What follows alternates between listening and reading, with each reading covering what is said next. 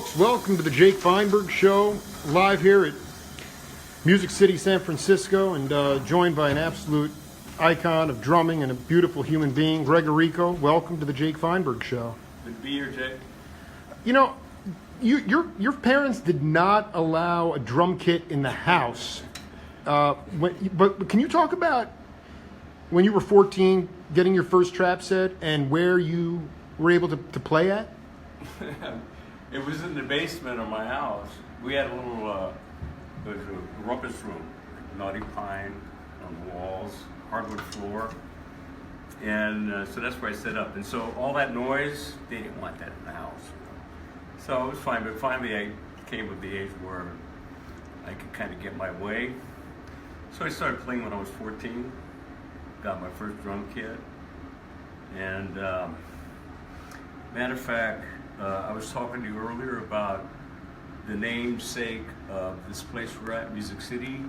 Well, this now where we are is that name. It's his second life. The first life was a fellow by the name of Don Weir, who owned the original Music City. It was a music store, and I'm picturing in my mind right now him. He was a dear friend. I lost him about 2 years ago.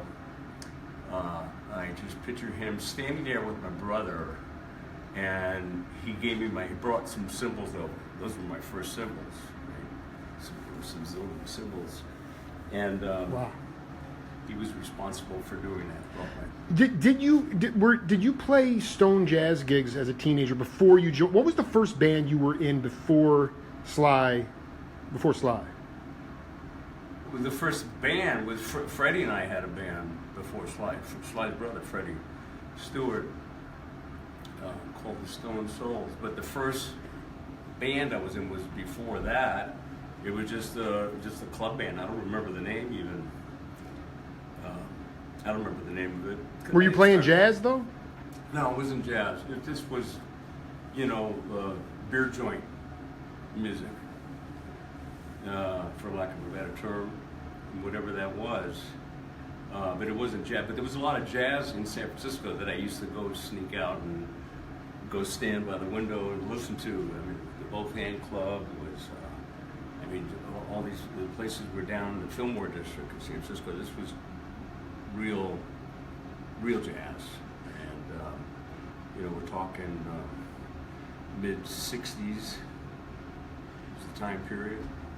Could you talk a little bit about, I guess what I meant to say before was your parents didn't allow a drum kit in the house, but how did you develop your own internal time feel, even though you weren't allowed to practice in the house? Were you just... Oh, well, when I bought the set, that was... You started at that time? Yeah, that was, prior to that, they weren't allowing it. But after I bought the set, they knew that this is what was going to be. And so then, it was not an issue after that. I played, but of course I, would do it at midnight or something, and usually they were at work during the day, and so I had my way with it.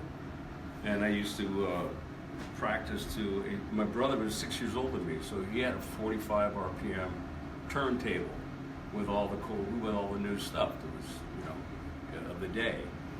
And he had fortunately good taste in music, so I used to play all that, that stuff, and then I'd get my own. And my father also had like exotic stuff, like Xavier Cougar, and a lot of stuff from Italy. And so there was some Buddy Rich records. There was some Aretha, some Ray Charles, some JB, some Wilson Pickett.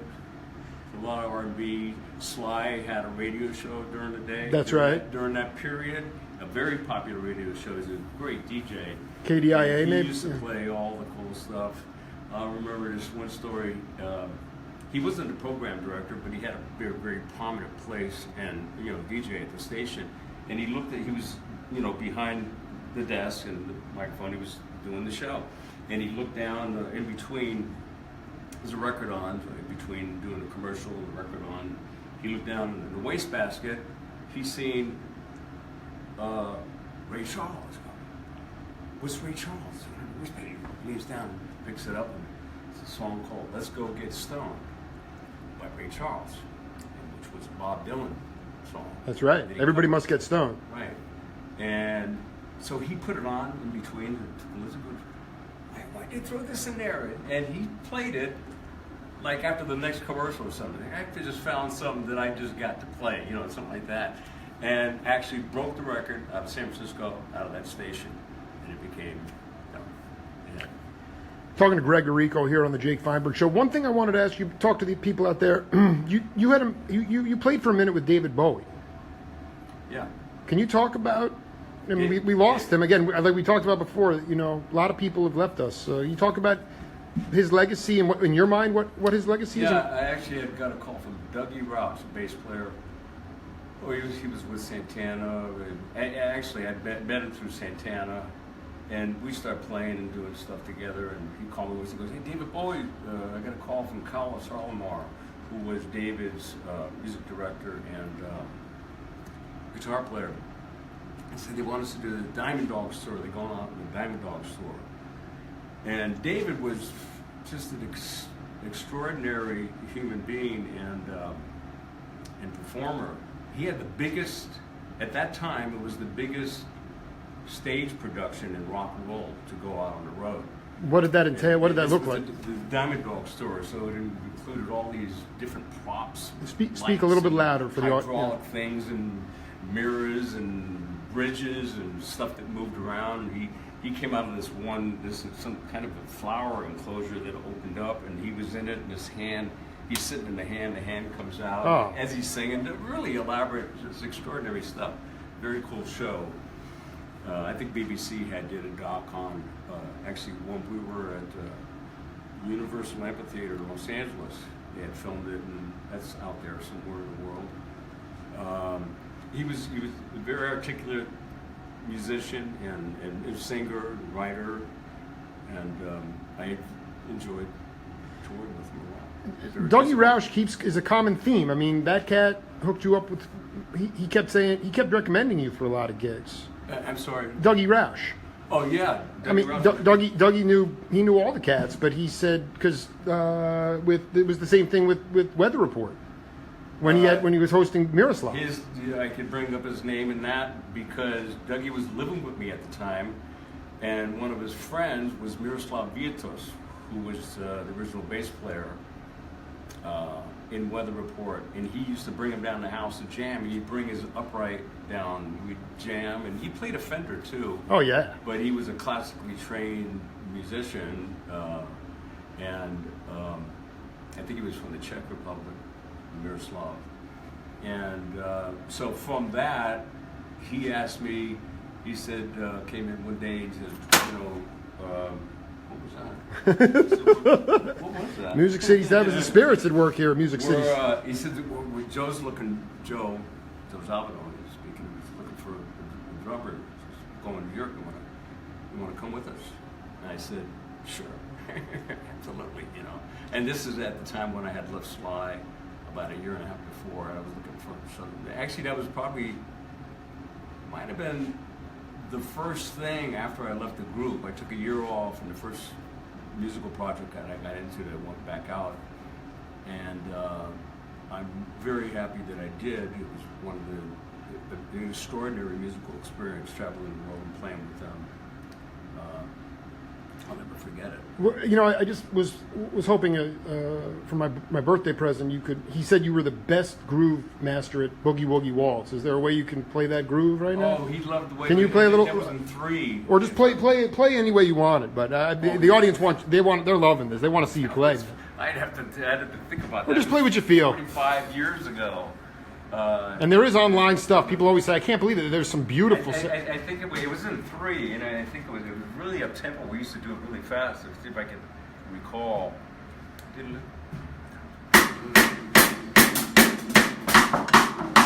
Well, let's do that again. Take 2. Okay. Greg Errico, baby. Let's see if I can recall on the that. Jake Feinberg Show, baby.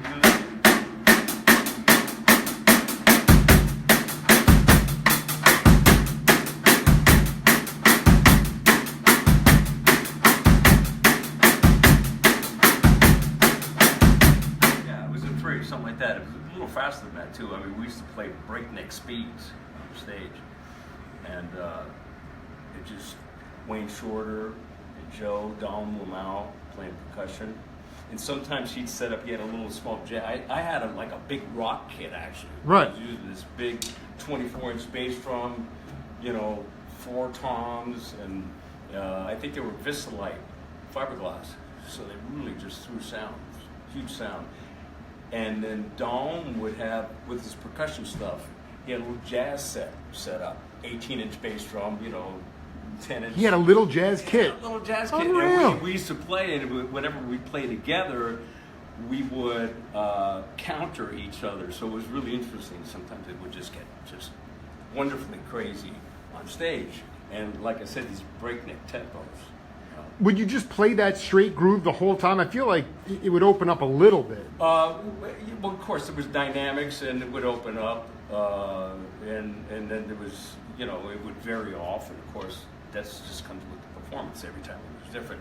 But that was the fundamental of the groove, is that.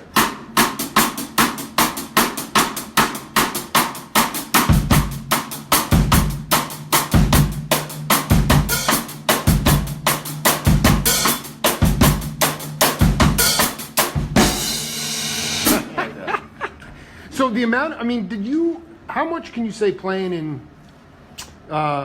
unamplified settings, like before you had these perfect sound systems, did that help you learn dynamics on the bandstand? Because you had to stretch your ears to hear different kinds of things, because not everything was mic'd. You talking about in the early days with Slide?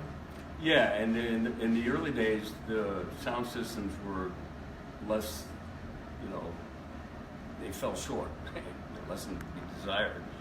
And so, as a matter of fact, I used to travel with, I had 2 dual Showman, Fender dual Showman amplifiers right in back of me with a microphone, and I would put it down, between the bass drum and the snare drum. And that was to get the size, the sound, I wanted. We're in these big auditoriums, and there wasn't much of monitor systems, They had a PA system, which fell way short of what they got today still. Right. So you had to, you had. Did you bring that in create immediate? The Yeah. textures and the sound you wanted, because it wasn't there automatically. This is a question I've been wanting to ask you for a long time. Is just the idea that, like tempos, Garcia, for instance, he wasn't hung up on the idea of if it slowed down or sped up, and Sly. What was interesting, I put up that thing about the drum machine. You left Sly, and he brought in a drum machine. Yeah.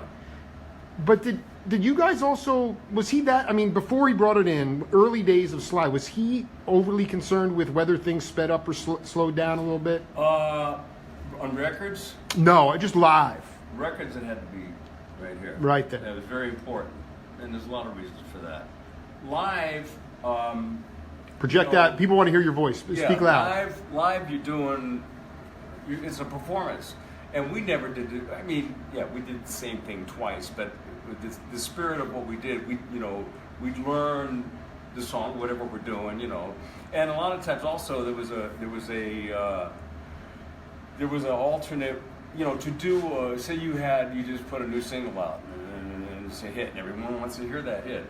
Sometimes in certain songs, you had to learn how to recreate and make that work live on stage as opposed to the record. There was the record, and then there was the live performance. And to really make it all it could be, you might have to switch it up a little bit, change it, a little, play it different dynamics, even different feel, maybe even a different beat, whatever.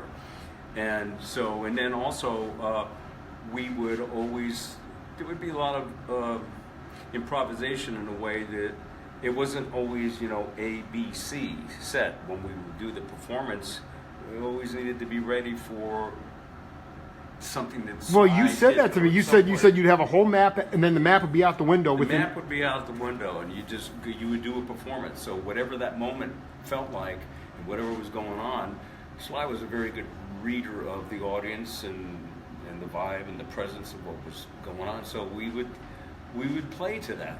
We would perform to that. It kept it interesting too. It was always interesting. It was always fun. Did you could you demonstrate for the audience about how to keep time on the top of the kit as opposed to just 4 on the floor bass drum?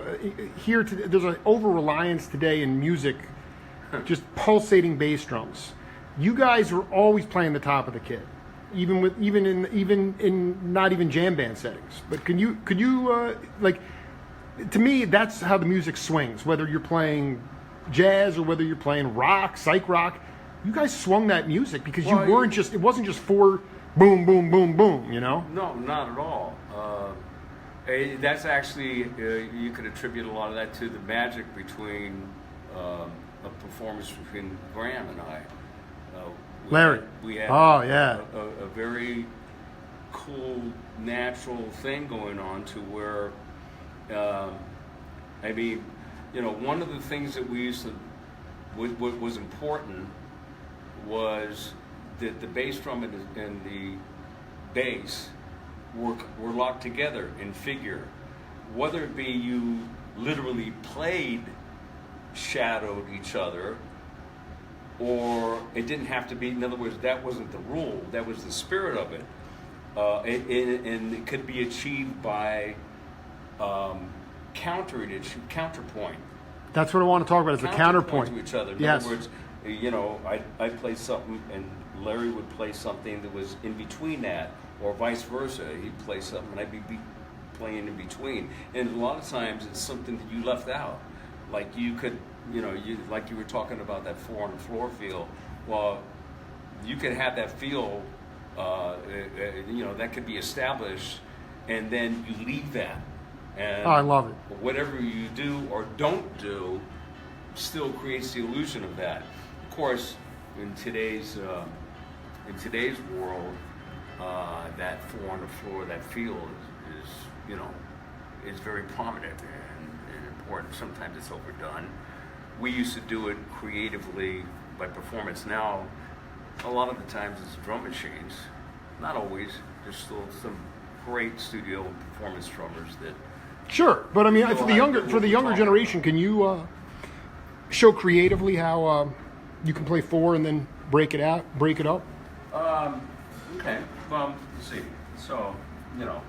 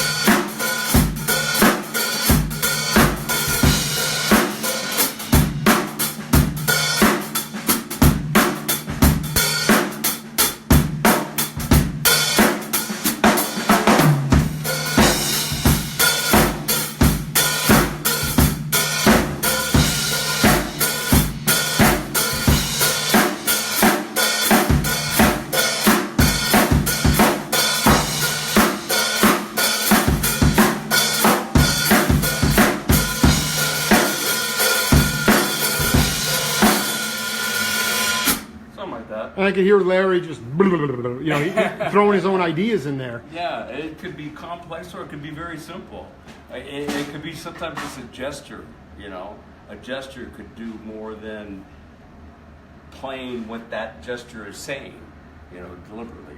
And there's no, the only rule is there's no rule, is that you just keep sensitive to that. Did you ever cross paths? I know you went to Woodstock with Sly. Did you ever play with Jimi Hendrix? We were on tour with Jimmy in Europe sometime after that period, and I think we were in Furman Island, Germany. We were in this small motel, whatever it was, and we were in an elevator. And, well, actually, I was in the elevator. The door opens, and I was by myself. Right. Jimmy gets on, the door closes. And, man, this place only had 2 stories. but this set seemed like an hour. Okay, the door closes, and so going up, I guess, to the second story, all this happened, which seemed like a long time, but it really wasn't. And so he goes, we greeted each other and give each other props, or musical entities, and he says, I'm gonna be doing something different. He goes, would you be interested in doing something, playing with me? And after I picked up my jaw from the floor and put it back up, he says, man, I'd love to do that. But I couldn't leave Sly. At the time, we were at the peak of our career, so I couldn't leave the band. I explained to him, and he says, cool, But, and then sometime after that, there was supposed to be, there was rumors of, which they were supposed to, Sly and Jimmy and Miles Davis get together and go in the studio, which would have been very interesting. And but then Jimmy died. Unfortunately, Jimmy passed away. Well, that would have been wild. Yeah. This is fascinating. Can you tell a good Joe Zawinul story? I mean that guy was like, where you used to spend a lot of time just hanging out and soaking it up, but he was. Yeah, we did. The guy's just like, he was a salt of the earth character. Can you try to convey that to the audience in a? Joe was a worldly person. It was an extraordinary musician and creator, and a person too. And we used to. I really enjoyed traveling with them because traveling with Sly, we'd always go places and everything would be fast. You'd go through a town or a city and it would be, I like to stop and kind of hang out and go out into it and absorb it and feel what that part of the world is. And Joe used to too. We'd go to a bar and he used to love his cognac and, so I had a really good time traveling with them. And I also, when we went to New York, he would go to the local, all the jazz places where everybody would hang out. I would meet just everybody, Satchmo. You met Satch?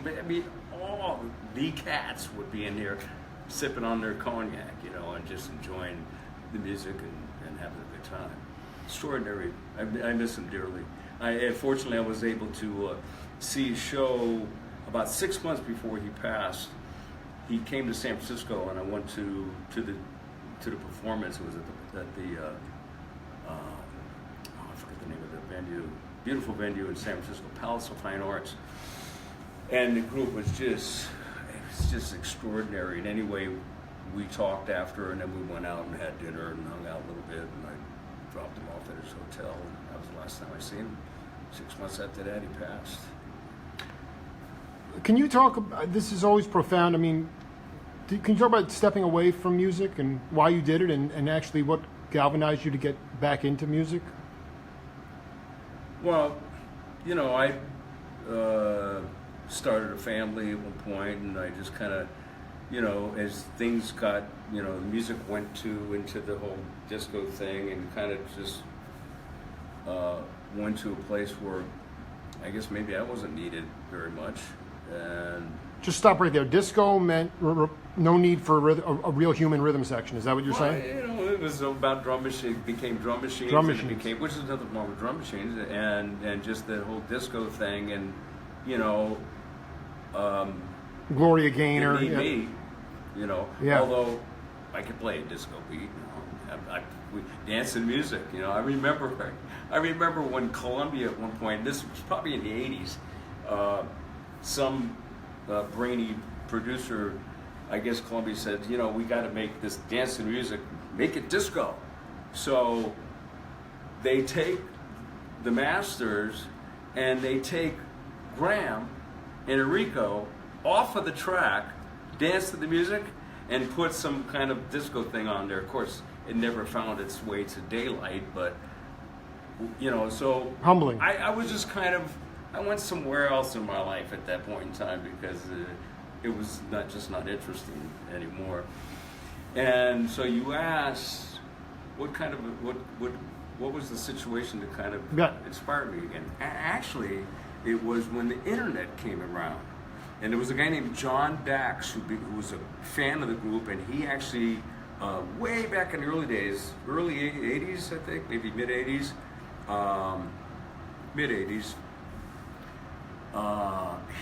we did a website. He was a fan, so we did a website on Sly and the Family Stone, and got a hold of us, and and at the same time, I remember he came out and visited and got me into getting a computer, learn how to use it, email, and all this.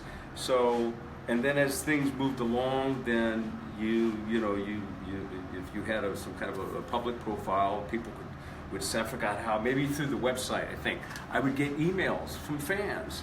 And I'd get these letters talking about how the music that we created back in the day inspired them. Right. I became a drummer, or I just love music, or it just changed my life. It's really just regular, honest people telling stories about how this music that we created back in the 60s moved them. And it was just extraordinary to hear that, because a lot of times, I mean, before that, artists would have fans and stuff like that, but you never have that kind of like one-on-one, that opportunity to where someone just is like, it feels like, they're looking right at you and just opening their heart, So I found that it was extraordinary to know. I didn't know that. I didn't know we did that. And you start realizing, and so you start looking at what you did again, because it's there to look at, and looking at it from a different perspective, and go, wow, that's cool. And it actually inspired me again to get back into it and connect with it again. And here I am today, full bore, and I love as much or more playing the music than I did back then. Did you play double drums? I feel like you must have played with Buddy Miles, or did you play double drums with people? You mean double bass drums? No, like two trap sets. The way Buddy. Oh, yeah. We did a lot of stuff together. I did stuff with Lenny White together. With Lenny? He'll be watching this. We did a couple of things way back. We were doing experimenting back when he went with the Azteca. We called Azteca. Paul Jackson on bass, George Flip Nunez, yeah. George Murabus, all those cats. And Buddy and myself did a couple things with double drums. One of them was the Crater Festival in Hawaii, live with Carlos Santana, Neil Sean, myself, and Buddy Miles, and Ron Johnson. Yeah, that was his bass. That was Buddy's bass player. How did you work in a seamless way with Buddy or those cats? Like, would you say, listen, just play counter rhythms to me? No. Explain the nonverbal sort of the way, because that record smokes. Well, yeah, and that's, you could quote that nonverbal, because we didn't talk about it. Exactly. And you either had to have the understanding of, when you get two drummers together, you either gelled together or you didn't. I mean, I don't imagine if you had to talk about it, it would ever come to any place where you could listen to it and make any sense. Even if it was verbatim, it wouldn't connect with you. There would be no feeling. That's got to be a natural thing, where you know what to do or what not to do, and how to blend together. And there's a few drummers that have done that with, and I always enjoyed doing that. Was there, Brecker and those cats in New York, in the same time, they had these lofts, 1,600 foot, the floor plan was huge. They were paying $150 a month. Was there a loft scene in San Francisco? I don't understand. That's where there's, you talk about Lenny White, but Liebman and Chick Corea, those guys used to play all night in these lofts that were incredibly affordable down in the West Village. Oh, wow. Was there a similar scene? I know you went to the On Broadway and things like that to just get stuff out. Yeah, there were places. There was this place down on Broadway, off of Broadway Street, that what's it called? Andres. We used to all go and jam down there. It was during the time. Matter of fact, I did the rehearsals for the first Betty Davis record that I produced down there, with Dougie Ross playing bass, and then Larry Graham, and all the who's who of San Francisco at the time was on that record. Anyway, the club, we used to do before hours, during hours of operation, and then we used to do after hours there too.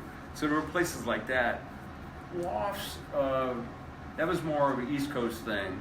Here, there would be clubs. Of course, there were clubs on the East Coast. Of course, but you really got stuff out of your system, Yeah. with and the. then, someone had, like I had my music room, we used to jam, but it wasn't really a big, it wasn't as big of a scene or a gathering as we would do in a club, especially that did after hours too, because everybody just loved the place to hang out.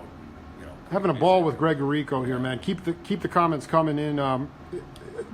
How much do you owe the Latin Cats, Pantoa, Carabello,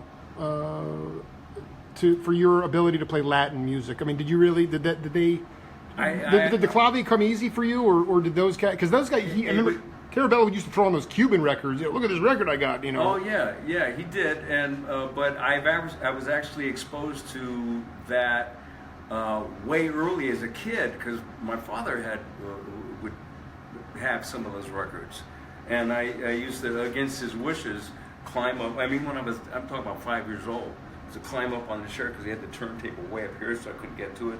Mommy would break the record to the turntable. But while he was at work, I would get the thing, climb up, and put the stuff on. And so, and not only that, but I also, Latin music is, I find, and I've never found anybody that could really relates to this, but I find a lot of similarities in Latin music and funk. You could really play the two things. Matter of fact, I've done stuff with Carlos, and I've done stuff with Marlo. I used to go out and play with Tony Vingebar and all these guys. Louis Gasca, or Yeah, and I would play funk grooves against this Latin percussion, Latin stuff that was going on, and it used to fit really good.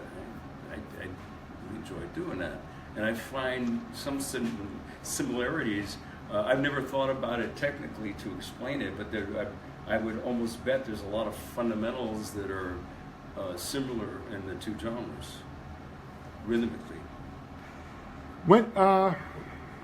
I'd love you to just play a little bit of a drum solo for the audience, if possible, with a beginning, a middle, and an end. Where you said your piece, but there's clearly, something that builds up and you bring it back down. Okay. Let's see.